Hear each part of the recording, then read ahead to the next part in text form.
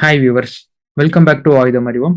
இந்தியாவின் ராஜதந்திரிகளுக்கும் வெளியுறவுத்துறை அமைச்சகத்திற்கும் இது ஒரு கடினமான காலமா அமைஞ்சிருக்கு. பிகாஸ் இந்தியாவை தொடர்பு படுத்தி அனைத்து நாடுகள்லயும் ஒரு அன்ரெஸ்ட் ஏற்பட்டிருக்கு. நீங்களே பாருங்க, இந்தியா அமெரிக்காவையும் ட்ரம்ப்பையும் சமாளிச்சு ஆகணும். இன்னொரு பக்கம் இந்தியாவின் எனர்ஜி செக்டரையும் இந்தியா சேஃப்கார்ட் பண்ணி ஆகணும். இந்த பக்கம் சைட்ல ஆப்கான் அவங்க மேலேயும் நம்ம கண் இருக்கணும். பிகாஸ் அமெரிக்கா புதுசா ஒரு குண்டை போட்டிருக்காங்க. ஆப்கான்ல இருக்கக்கூடிய பர்காம் ஏர்போர்ட்டை நாங்க மீண்டும் ரீக்ளைம் பண்றதுக்கான டிப்ளோமேட்டிக் டாக்ஸை ஆப்கான் கவர்மெண்டோட நாங்க எடுத்திருக்கிறோம். அங்க இருந்து சைனா எங்க நியூக் உருவாக்கும் தளமானது 1 மணி நேரம் டிராவல் தான் இருக்கு அப்படின்னு சொல்லியிருக்காங்க. ஸோ இதை நம்ம அப்படியே லூஸா விட்டுறக்கூடாது. ஏன்னா இவங்க சைனான்னு குறி வச்ச கூட இந்தியாவின் ப்ராஜெக்ட்ஸ் அங்க நடந்துகிட்டு இருக்கு. இது போக அண்டர் கிரவுண்ட்ல ஆப்கான் கவர்மெண்டோட இந்தியாவுக்கு பல டீலிங்ஸ் இருக்கு. ஸோ அமெரிக்கா மீண்டும் ஆப்கான்குள்ள உள்ள வந்தா எல்லாமே குளறுபடி ஆயிரும். ஸோ இந்தியா அங்கேயும் ஒரு கண்ணை வச்சிருக்கணும். இந்த பக்கம் கீழே பங்களாதேஷ் அப்படின்னு வந்தா அங்க உங்களுக்கே தெரியும் மிகப்பெரிய அன்ரெஸ்ட். ஷேக் ஹசீனாவை ஆட்சி கவிழ்த்துட்டு இப்ப இன்டர்னியம் பிரைம் மினிஸ்டரா வந்திருக்கும் யூனஸ் அவர்கள் மிகப்பெரிய குளறுபடியை அங்க பண்ணிட்டு இருக்கிறாரு. ஸோ அமெரிக்காவின் மிலிட்டரி பிரசன்ஸும் இப்ப அங்க இருந்துகிட்டு இருக்கு. சைனாவின் இன்ஃபுளுன்ஸும் பங்களாதேஷ்ல இருந்துகிட்டு இருக்கு. நாடான இந்தியாவிற்கு இது சரியே இல்லை. இது போக புதுசா ஈரான்ல என்ன பார்க்கணும் அப்படின்னு கேட்டீங்கன்னா, செபஹார் துறைமுகத்திற்காக நாம ஈரானுடன் ஒரு டீலை போட்டிருந்தோம். அந்த டீலை போடக்கூடாது அப்படின்னு செபஹார் துறைமுக ப்ராஜெக்டுக்கான தடையை போட்டிருந்தாங்க. பட் போன கவர்மெண்ட், அதாவது பைடன் கவர்மெண்ட் அந்த தடையை நீக்கினாங்க. மீண்டும் ட்ரம்ப் கவர்மெண்ட் செபஹார் துறைமுகத்திற்கான தடையை மீண்டும் இம்ப்ளிமெண்ட் பண்ணியிருக்கிறாங்க. ஸோ நீங்களே பாருங்க, இது மாதிரி இந்தியாவை சுத்தி இது போக நான் இன்னும் பாகிஸ்தானை பேசல, மிடில் ஈஸ்ட்டை பேசல, சைனாவை பேசல. இந்தியாவின் டிப்ளமேட்ஸுக்கு வருங்காலங்கள் அப்படிங்கிறது ரொம்ப கடினமா இருக்க போகுது. சரி, இன்னைக்கான காணொலியில நம்ம என்ன பார்க்க போறோம் அப்படின்னா, உலகமே பேசிட்டு இருக்கக்கூடிய அந்த ஒரு செக்யூரிட்டி டிஃபென்ஸ் பேக்ட் மக்களே. பாகிஸ்தான் மற்றும் சவுதி அரேபியாவுக்கு ஏற்பட்ட செக்யூரிட்டி டிஃபென்ஸ் பேக்ட் என்ன? இதனால பாகிஸ்தான் மற்றும் சவுதி அரேபியா எப்படி நன்மை அடையும்? But before entering in to that, நாம நேற்று நைட்டு எல்லாம் நிம்மதியா தூங்கிட்டு இருக்கும் போது ரஷ்யா ஒரு காட்டி விட்டுருக்காங்க நாட்டோ நாடுகளுக்கு. அது என்ன சம்பவம் அப்படிங்கிறது தான் ஃபர்ஸ்ட் அண்ட் ஃபார்மோஸ்டா இன்னைக்கான காணொலியில நம்ம பார்க்க போறோம். So let's dive in to it. நீங்கள் பார்த்து கொண்டிருப்பது ஆயுதம் அறிவோம் அப்படிங்கிற நம்ம சேனலை சப்ஸ்கிரைப் பண்ணிட்டு வாங்க மக்களே. வீடியோக்குள்ள போலாம்.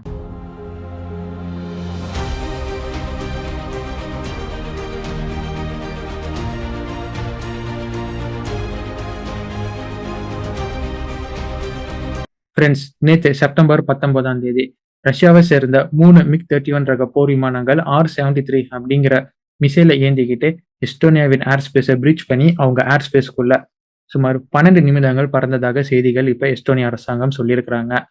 இது குறிப்பா எங்க நடந்தது அப்படின்னு பார்த்தா, தாலின்ல இருந்து 100 கிலோமீட்டர் அவேல ரஷ்யாவின் போர் விமானங்கள் எஸ்டோனியாவின் ஏர் ஸ்பேஸை பிரீச் பண்ணி பறந்ததா இப்ப எஸ்டோனியா அரசாங்கம் ரஷ்யா மேல குற்றச்சாட்டை வச்சிருக்கிறாங்க.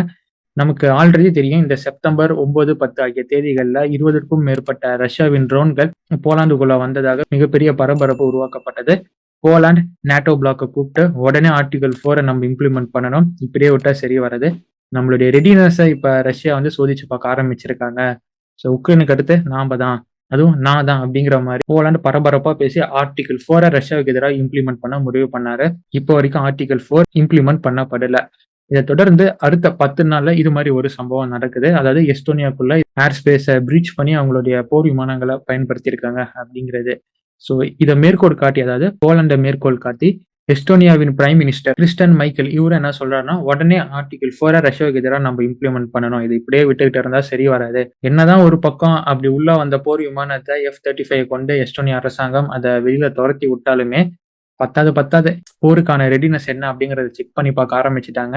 ஸோ இதற்கு மேல சும்மா விட்டா சரிப்பட்டு வராது, உடனே ஆர்டிகல் 4 நீங்க இம்ப்ளிமெண்ட் பண்ணுங்க, ரஷ்யாவை ஒரு கை பாத்தரலாம் அப்படின்னு ஆர்டிகல் 4 இம்ப்ளிமெண்ட் பண்ண சொல்லி நைட்டு ஃபுல்லா ஒரே தொந்தரவு நாட்டோவை, இந்த எஸ்டோனியாவின் பிரைம் மினிஸ்டர். இதை பத்தி ரஷ்யா கிட்ட விளக்கம் கேட்கும்போது, என்ன நீங்க அவங்களோட ஏர் ஸ்பேஸை பிரீச் பண்ணீங்களா அப்படின்னு கேட்கும்போது, நாங்களாம் உங்க ஏர் ஸ்பேஸை பிரீச் பண்ணலையே, நாங்க பால்டிக் கடல்ல ஒரு ஆக்டிவிட்டியை கண்டக்ட் பண்ணோம். ரஷ்யாவின் மெயின்லேண்ட்ல இருக்கக்கூடிய கர்லினா அப்படிங்கிற இடத்துல இருந்து கலினின்கிராடுக்கு நாங்க போர் விமானங்களை அமைச்சு ஒரு ஆபரேஷன் மாதிரி ஒரு சின்ன ஆக்டிவிட்டியா பண்ணோம், அவ்வளவுதான். அந்த ஆக்டிவிட்டியில இவங்க அவங்களுடைய ஏர் ஸ்பேஸை நாங்க பிரீச் பண்ணிட்டோம் அப்படின்னு குற்றம் வைக்கிறாங்க. பட் அந்த ஆபரேஷனுக்கு நாங்க பயன்படுத்தினது அப்படிங்கிறது நியூட்ரல் ஏர் ஸ்பேஸ் தான்.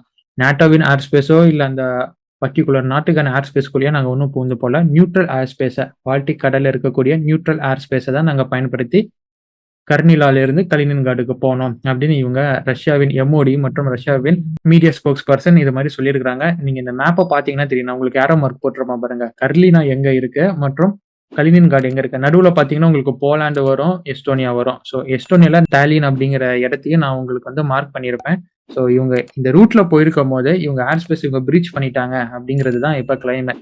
மேபி இது ஒரு மிஸ் அண்டர்ஸ்டாண்டிங்கா இருக்கலாம். அதாவது இந்த ஏரியா வந்து எனக்குரியது அப்படின்னு வந்து எஸ்டோனியா சொல்லிட்டு இருக்கலாம். பட் அதை ஏற்க மறுக்கும் ரஷ்யானது இது நியூட்ரல் ஏர் ஸ்பேஸ் தான், ஒன்றும் இல்லை அப்படிங்கிற கண்ணோட்டத்துல அவங்க போயிருக்கலாம். அந்த இடத்துல ஒரு கான்ஃபிளிக்ட் வந்திருக்கலாம். பட் இதனால உறுதிப்படுத்த முடியல. ஏன்னா அடுத்த செய்திகள் இன்னும் வேற மாதிரி இருக்கு. இந்த இடத்துல இது மாதிரி ஏர் ஸ்பேஸை பிரீச் பண்ண ரஷ்யா போலாந்து பக்கமும் ஒரு சம்பவத்தை பண்ணியிருக்காங்க. அதாவது பால்டிக் கடல்ல இருக்கக்கூடிய போலாண்டின் ஆயில் பிளாட்ஃபார்ம் மேல ரஷ்யாவின் 2 போர் விமானங்கள் ரொம்ப லோவா பறந்துச்சு, பதற்றமான தன்மை அங்க ஏற்படுத்தினாங்க அப்படின்னு போலாண்டின் பார்டர் செக்யூரிட்டியானவங்க போலாந்து கவர்மெண்ட்டுக்கு ஒரு செய்தியை கொடுத்திருக்காங்க. போலாந்து அரசாங்கமும் ஒரு மணி நேரத்துல இந்த செய்தியை கொடுக்குறாங்க. நண்பா எஸ்டோனியா, உன்னையும் மட்டும் அவன் பதம் பார்க்கல, என்னையும் தான் பதம் பார்த்துட்டு போயிருக்கிறான். இங்கேயும் வந்து 2 போர் விமானங்கள் பறந்திருக்கு அப்படின்னு போலாந்து ஒரு பக்கம் சொல்ல, திடீர்னு ஜெர்மனி அங்கிருந்து வராங்க. ரஷ்யாவின் IL-20M அப்படிங்கிற விமானமானது எங்களுடைய ஏர் ஸ்பேஸுக்கு அருகாமையில டிரான்ஸ்பாண்டரை ஆஃப் பண்ணிட்டு எங்களுடைய கண்ட்ரோல் டவர் கூட எந்த ஒரு கான்டாக்டும் இல்லாம அவங்க பறந்திருக்கிறாங்க அப்படின்னு ஜெர்மனியும் ஒரு குற்றத்தை வச்சிருக்காங்க. இந்த இடத்துல நான் போலாந்து கூட ஒத்துப்பேன். ஏன்னா நீங்க மேப்ல பார்க்கும்போதே தெரியும், கலினின்கார்ட் பக்கம் போலாண்டுடைய பார்டர் வருது. ஸோ இவங்க இந்த பக்கம் போகும்போது ஏதோ ஒன்று நடந்திருக்கும். அதாவது கிட்ட வரும்போது இவங்க சொன்ன மாதிரி லோ ஆல்டிடியூட்ல போயிருக்க வாய்ப்பு இருக்கு. பட் ஜெர்மனி அந்த பக்கம் சொல்றது IL-20M வந்து இவங்க டிரான்ஸ்பாண்டர் ஆஃப் பண்ணி பயன்படுத்தியிருக்காங்க எங்களுடைய ஏர் ஸ்பேஸ் கிட்ட அப்படின்னு சொல்றாங்க பாருங்க. இதுதான் எனக்கு இப்போ ஒரு சின்ன சந்தேகத்தை ஏற்படுத்துது. அதாவது ஒரே நாள்ல 3 நாடுகளின் ஏர் ஸ்பேஸ் கிட்ட ரஷ்யா அவங்களுடைய ராணுவ விமானங்களை பயன்படுத்தியிருக்காங்க அப்படிங்கிறது தான் இந்த இடத்துல கொஞ்சம் ஆச்சரியமான தகவலா இருக்கு. இதை ரஷ்யா எதற்காக பண்ணாங்க அப்படிங்கறது இப்ப வரைக்கும் ரஷ்யா சார்பாக சொல்லப்படல. ஆப்வியஸ்லி ரஷ்யா சொல்ல மாட்டாங்க. ஆனா இத நேட்டோ நாடுகள் எப்படி கொண்டு போறாங்கன்னா, ரெஸ்பான்ஸ் குடுத்துட்டோம்ல எப்படிங்க அப்படின்னு கேட்டானா, அதான் எஸ்டோனியா கிட்ட F-35 இருக்கு தானே, அது எப்படி வாங்குனது? நேட்டோ மூலியமா தானே வாங்குனது. நேட்டோவின் போர் விமானங்களை பயன்படுத்தி தானே நாங்க இது மாதிரி துரத்தி அடிச்சோம். அப்ப நேட்டோ ரெஸ்பான்ஸ் தானே அப்படின்னு நேட்டோ இதற்கு ஒரு முட்டுக்கட்டை கொடுக்குறாங்க. ஓகே, இப்ப ட்ரம்ப் கிட்ட அப்படியே போலாம். ட்ரம்ப் கிட்ட கேள்வி வைக்கப்படுது. இது மாதிரி எஸ்டோனியாவின் ஏர் ஸ்பேஸை ரஷ்யா பிரீச் பண்ணியிருக்காங்களே, நீங்க என்ன சொல்றீங்க அப்படின்னு கேட்டா, I do not love this. Suppose Russia இது மாதிரியே போயிட்டு இருந்தாங்கன்னா மிகப்பெரிய விபரீதம் ஏற்படும். அதை நான் உங்களுக்கு இப்ப சொல்லல, அப்புறம் சொல்றேன் அப்படின்னு ட்ரம்ப் சொல்லியிருக்கிறாரு. ஸோ அவர் என்ன சொல்ல வராரு அப்படிங்கிறது அவருக்கும் தெரியல. வர வர ஒரு கமல் மாதிரி பேச ஆரம்பிச்சுட்டு இருக்கிறாரு. அவருக்கும் புரிய மாட்டேங்குது, நமக்கும் புரிய மாட்டேங்குது அவர் என்ன சொல்றாரு அப்படிங்கிறது. பட் ஏதோ ஒண்ணு சொல்லணும்னு சொல்லிட்டு இருக்கிறாருன்னு மட்டும் நமக்கு புரியுது ஃப்ரெண்ட்ஸ். அதே மாதிரி பட் ஆர்டிகிள் 4 இம்ப்ளிமெண்ட் பண்ணணும் அப்படிங்கிறது அனைத்து நேட்டோ நாடுகளின் கோரிக்கையா இப்ப இருந்துகிட்டு இருக்கு.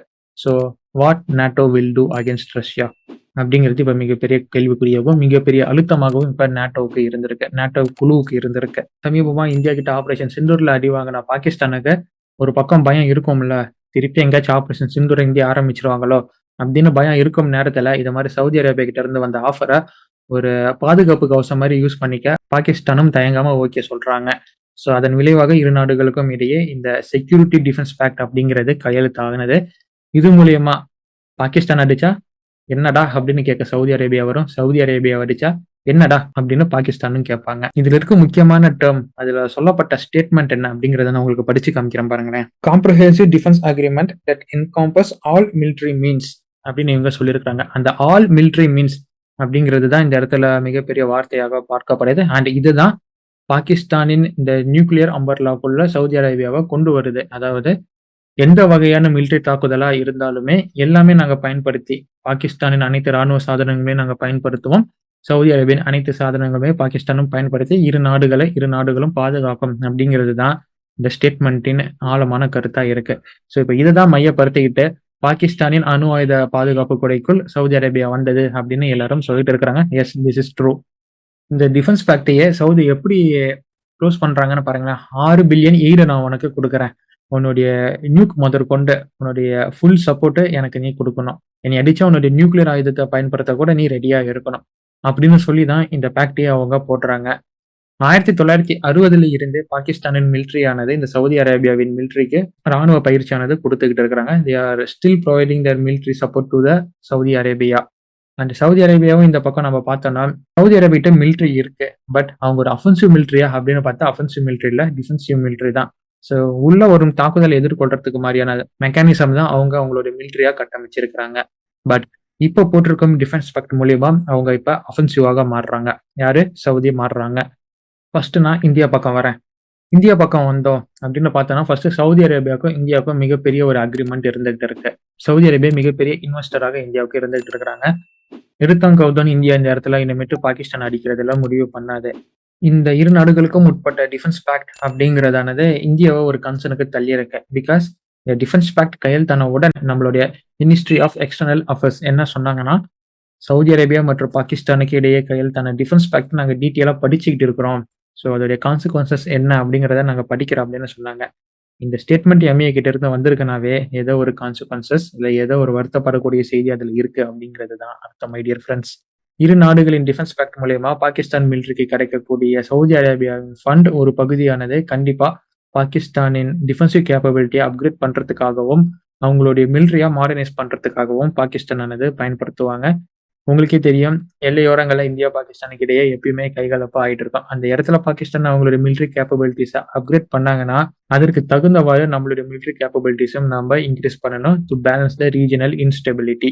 எப்பயுமே அவங்களோட ஹெட்டா தான் நம்ம இருக்கணும். ஸோ அதனால நாமளும் அந்த இடத்துல கொஞ்சம் இன்வெஸ்ட்மெண்ட் அதிகமா இனிமேல் பண்ண வேண்டியது வரும். இந்தியா அடுத்தது இதே மாதிரி ஒரு ஆபரேஷன் சிந்துரா எடுத்தாங்கன்னா சவுதி அரேபியா இனிமேல் கேட்க வருவாங்களா அப்படின்னு கேட்கணும். இந்த இடத்துல நான் இன்னொரு செய்தியை சொல்ல விரும்புகிறேன். இந்தியா மற்றும் சவுதி அரேபியாவுக்கு இடையேயும் புரிந்துணர்வு ஒப்பந்தம் இருக்கு. இரு நாடுகளும் டெரர் மற்றும் டெரரிஸ்ட் ஆர்கனைசேஷனுக்கு எதிராக செயல்படணும் அப்படிங்கிற அக்ரிமெண்ட் மற்றும் இரு நாடுகளுக்கும் இடையே ஆனுவல் மிலிட்டரி எக்ஸசைஸ் அப்படிங்கிறதும் இருக்கு. பாகிஸ்தான்ல இருக்கும் டெரர் கேம்பை நம்ம அழிக்கணும்னா சவுதி அரேபியா இந்த இடத்துல வந்து பாகிஸ்தானுக்குள்ள ஏன் தாக்குதல் நடத்தின அப்படின்னு கேட்டாங்கன்னா, டெரர் கேம்ப் அழிக்கப்பா அப்படின்னு சொன்னாங்கன்னா சவுதி அமைதியா போயிடுவாங்க. அக்ரிமெண்ட் இருக்குல்ல, டெரருக்கு எதிராக செயல்படணும் அப்படின்னு. அதனால சவுதி இந்த இடத்துல எதுவும் கேட்க வரமாட்டாங்க. பட் பாகிஸ்தான் மிலிட்டரி இன்டர்ஃபேர் ஆனாங்கன்னா அந்த இடத்துல ஒரு கேள்விக்குறி வரும். ஸோ அப்போ இந்தியா ரெஸ்பான்ஸ் பண்ண கொஞ்சம் யோசிப்பாங்க. இப்ப அடிச்சா சவுதி வருமா, மிலிட்டரி அடிச்சா சவுதி வருமா அப்படின்னு இந்தியா அந்த இடத்துல யோசிக்க வேண்டிய கட்டாயத்திற்கு வரும். இந்த பேக்ட் ஆனது இந்தியாவை ரொம்ப ஒரு ஸ்க்யூஸ் பண்ணுது அப்படின்னு சொல்லலாம். ஒரு பக்கம் இந்தியா இஸ்ரேலின் முக்கியமான ஆர்ம்ஸ் இம்போர்ட்டர். ஸோ அவங்க கிட்ட ஒரு நல்ல அண்டர்ஸ்டாண்டிங் நமக்கு இருக்கு. இந்த பக்கம் பார்த்தோம்னா சவுதி ஒரு மிகப்பெரிய இன்வெஸ்டரா நமக்கு இருக்கிறாங்க. இன்வெஸ்ட்மெண்ட் ரீதியான புரிந்துணர்வு ஒப்பந்தங்கள் நிறைய இருக்கு. ஸோ இப்ப பாகிஸ்தான் சவுதி கூட அலைனான காரணத்தினால இஸ்ரேலுக்கு பாகிஸ்தான் ஒரு எதிரி அப்படிங்கிற காரணத்தினால சவுதி மற்றும் இஸ்ரேலை பகச்சிக்காம இந்தியா நடுநிலையா ரொம்ப நீட்டா இப்ப டிரைவ் பண்ணி போகணும். அது இந்தியாவுக்கு உண்மையாலுமே ஒரு காம்ப்ளெக்ஸ் டாஸ்க் தான். Ministry of external affairs already அவங்களுடைய டிப்ளமேட்டிக் சேனலை ஆரம்பிச்சிட்டாங்க. அண்ட் ஆல்ரெடி நம்மளுடைய பிரதமர் மோடி ஆனவர் யுஏவி உடனும் கத்தாருடனும் இதை பத்தி பேச ஆரம்பிச்சிருக்காரு. அந்த நாட்டு தலைவர்களுடன் இது மாதிரி பாகிஸ்தான் சொல்றாங்களே, ஸோ நீங்க ஜாயின் பண்றீங்களா, என்ன ஏது, ஸோ போனீங்கன்னா எப்படி அப்படிங்கிறத நம்ம மோடி அவர்கள் இப்பவே பேச ஆரம்பிச்சிட்டாரு. ஸோ பேக்டோர் ப்ராசஸ் அப்படிங்கிறது ஸ்டார்ட் ஆயிருச்சு மை டியர் ஃப்ரெண்ட்ஸ். இன்னொரு பக்கம் பாகிஸ்தான் விசஸ் இஸ்ரேல். இஸ்ரேல் ரொம்ப கன்சர்னா இருந்துகிட்டு இருக்கிறாங்க. ஈரானை முடிச்ச உடனே அடுத்த குறி பாகிஸ்தான் தான். ஏன்னா மிடில் ஈஸ்ட்ல இருக்கும் எந்த நாடுகிட்டையும் அணு ஆயுதம் ஒண்ணு அப்படிங்கிறது இருக்கக்கூடாது. அதை தாண்டி முஸ்லிம் நாடுகளிடையே அணு ஆயுதம் அப்படிங்கிற ஒண்ணு இருக்கக்கூடாது. அப்படி இருந்தா அது எனக்கு ஆபத்து அப்படிங்கிற பார்வையோட இருக்கிறவங்க தான் இஸ்ரேல் ஆனது. இது மாதிரி ஒரு எண்ணத்துல இருக்கும்போது இப்ப மிடில் ஈஸ்டுக்கு என்னுடைய நியூக்கை நான் கொடுக்குறேன், என்னுடைய நியூ கம்பர்லாக்குள்ள மிடில் ஈஸ்ட் நாடுகளை நான் கொண்டு வரேன் அப்படின்னு பாகிஸ்தான் ஒரு செய்தியை சொல்லும் போது அது நேரடியா இஸ்ரேலுக்கு எதிரான செய்தியா போகும்.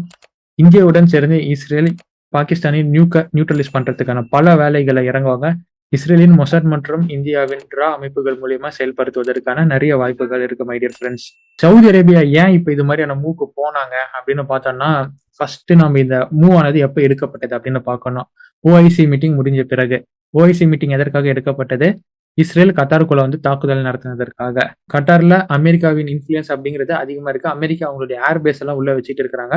கத்தாரின் நம்பகமான நண்பனா அமெரிக்கா இருந்தாங்க. அமெரிக்காவின் கிடுக்குப்பிடியே இஸ்ரேல் கிட்ட தான் இருக்கு. ஸோ எப்ஸ்டீன் ஃபைல்ஸ் மாதிரியான பல உள்குத்துகள் எல்லாமே இஸ்ரேல் கையில இருக்கு. அமெரிக்கா இந்த இடத்துல கத்தாரை காப்பாற்ற முடியாம இஸ்ரேல் கிட்ட அடிவாங்க விட்டாங்க. இஸ்ரேலுக்கு எதிராக அமெரிக்கா ஒன்றும் செய்யாது அப்படின்னு பாடம் கத்துக்கிட்ட. ஸோ அவனுடைய மிலிட்டரியை கொண்டுதான் நம்ம நாட்டை நம்ம சேஃப் பண்ணிட்டு இருக்கிறோம். இனிமேல் இவனை நம்பிட்டு இருந்தா செயல்படாது. அடுத்து நம்ம நாட்டு இஸ்ரேல் அடிக்க வரானா இவன் ஹிண்ட் மட்டும் தான் கொடுப்பான், இவன் அதற்கு எதிர்த்து செயல்பட மாட்டான், நியூஸை சொல்லிட்டு இவன் ஓடி போயிடுவான் அப்படின்னு புரிஞ்சுக்கிட்ட சவுதியானதை அப்படின்னு இப்போ பாகிஸ்தானா கூப்பிட்டு இருக்கிறாங்க. ஏற்கனவே போன வருஷமே சைனா கிட்ட இருந்து அதிகப்படியான ராணுவ தளவாடங்களை இறக்குமதி பண்றதுக்கான கையெழுத்தும் நடவடிக்கைகளும் நடந்தது. போன வருஷம் ஜி ஜின்பிங் சவுதிக்கு போகும்போது சவுதியில அமெரிக்காவின் இன்ஃபுளுயன்ஸ் கொஞ்சம் கொஞ்சமா கையை நழுவி போகுது அமெரிக்கா உடனே அவங்களுடைய சவுதியின் ஃபாரின் டிப்ளமஸி கொஞ்சம் ஆல்டர் பண்ணணும் அப்படின்னு அப்பவே பேசப்பட்டது. அதான் சம்பவமானது கம்ப்ளீட்டா மிடில் ஈஸ்ட்ல அமெரிக்காவை கொஞ்சம் டிசால்வ் பண்ணியிருக்கு மை டியர் ஃப்ரெண்ட்ஸ். அமெரிக்காவின் சேஃப்டியை டிசால்வ் பண்ணியிருக்கு. இவன் இஸ்ரேலுக்கு எதிராக என்ன நடந்தாலும் நம்மளை கேட்க மாட்டான் அப்படின்னு எல்லாரும் முடிவு பண்ணிட்டாங்க. ஸோ அவங்க வேலையை பார்க்க ஆரம்பிச்சுட்டாங்க. ஸோ இந்த இடத்துல 2 நாடுகள் தான் ரொம்ப முக்கியமா பார்க்கப்படுது இந்த ஒரு டிஃபென்ஸ் பேக்ட் மூலியமா. ஒண்ணு இந்தியா, இன்னொன்னு இஸ்ரேல். ஸோ 2 பேருக்கும் வெவ்வேறு மாரியான நிலைமைகள் இருக்கு. இந்தியா 2யும் பேலன்ஸ் பண்ணி போகணும். ஆனா இஸ்ரேலுக்கு அப்படி ஒண்ணுமே இல்ல.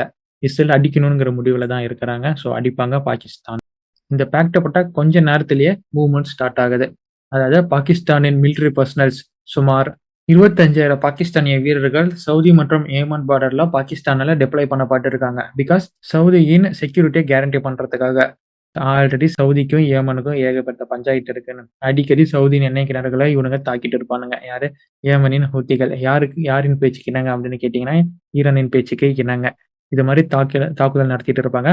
அந்த அப்பப்ப அங்க ஒரு கிளாஷ் நடந்துகிட்டு இருக்கும். இதை கண்ட்ரோல் பண்றதுக்கு தான் இப்போ புதுசா 25,000 வீரர்கள் சவுதி ஏமன் பார்டர்ல டெப்ளாய் செய்யப்பட்டிருக்கிறாங்க. ஸோ இதற்கு ரெஸ்பான்ஸ் பண்ணும் வகையில் சவுதியின் தலைவர் மிகப்பெரிய எச்சரிக்கை கொடுத்திருக்காங்க.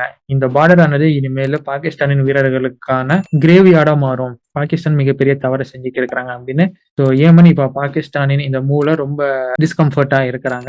ஸோ இன்னைக்கான செய்தியில நீங்க 2 முக்கிய தகவல்களை தெரிஞ்சிருப்பீங்க அப்படின்னு நான் நம்புறேன். ஒன்னு ரஷ்யா செஞ்ச சம்பவம், இன்னொன்னு பாகிஸ்தான் மற்றும் சவுதியின் டிஃபென்ஸ் பேக்ட் எப்படி இனிமேட்டு வழி நகர்த்த போகுது அப்படிங்கிறத நீங்க இன்னைக்கான காணொலி மூலியமா தெரிஞ்சிருப்பீங்க அப்படின்னு நான் நம்புறேன். ஸோ உங்களுடைய கருத்துக்கள் என்ன அப்படிங்கிறதையும் இந்த செய்திகளை நீங்க எப்படி பாக்குறீங்க அப்படிங்கிறதையும் நீங்க மறக்காம கமெண்ட் பாக்ஸ்ல போடுங்க. அடுத்த காணொலியில் நான் சந்திக்கிறேன். அதுவரை ஆயுதம் அறிவோம் அப்படிங்கிற நம்ம சேனலை சப்ஸ்கிரைப் பண்ணி ஃபாலோ பண்ணுங்க. Until that, signing off from ஆயுதம் அறிவோம் and stay tuned for next video, my dear friends. நன்றி, வணக்கம்.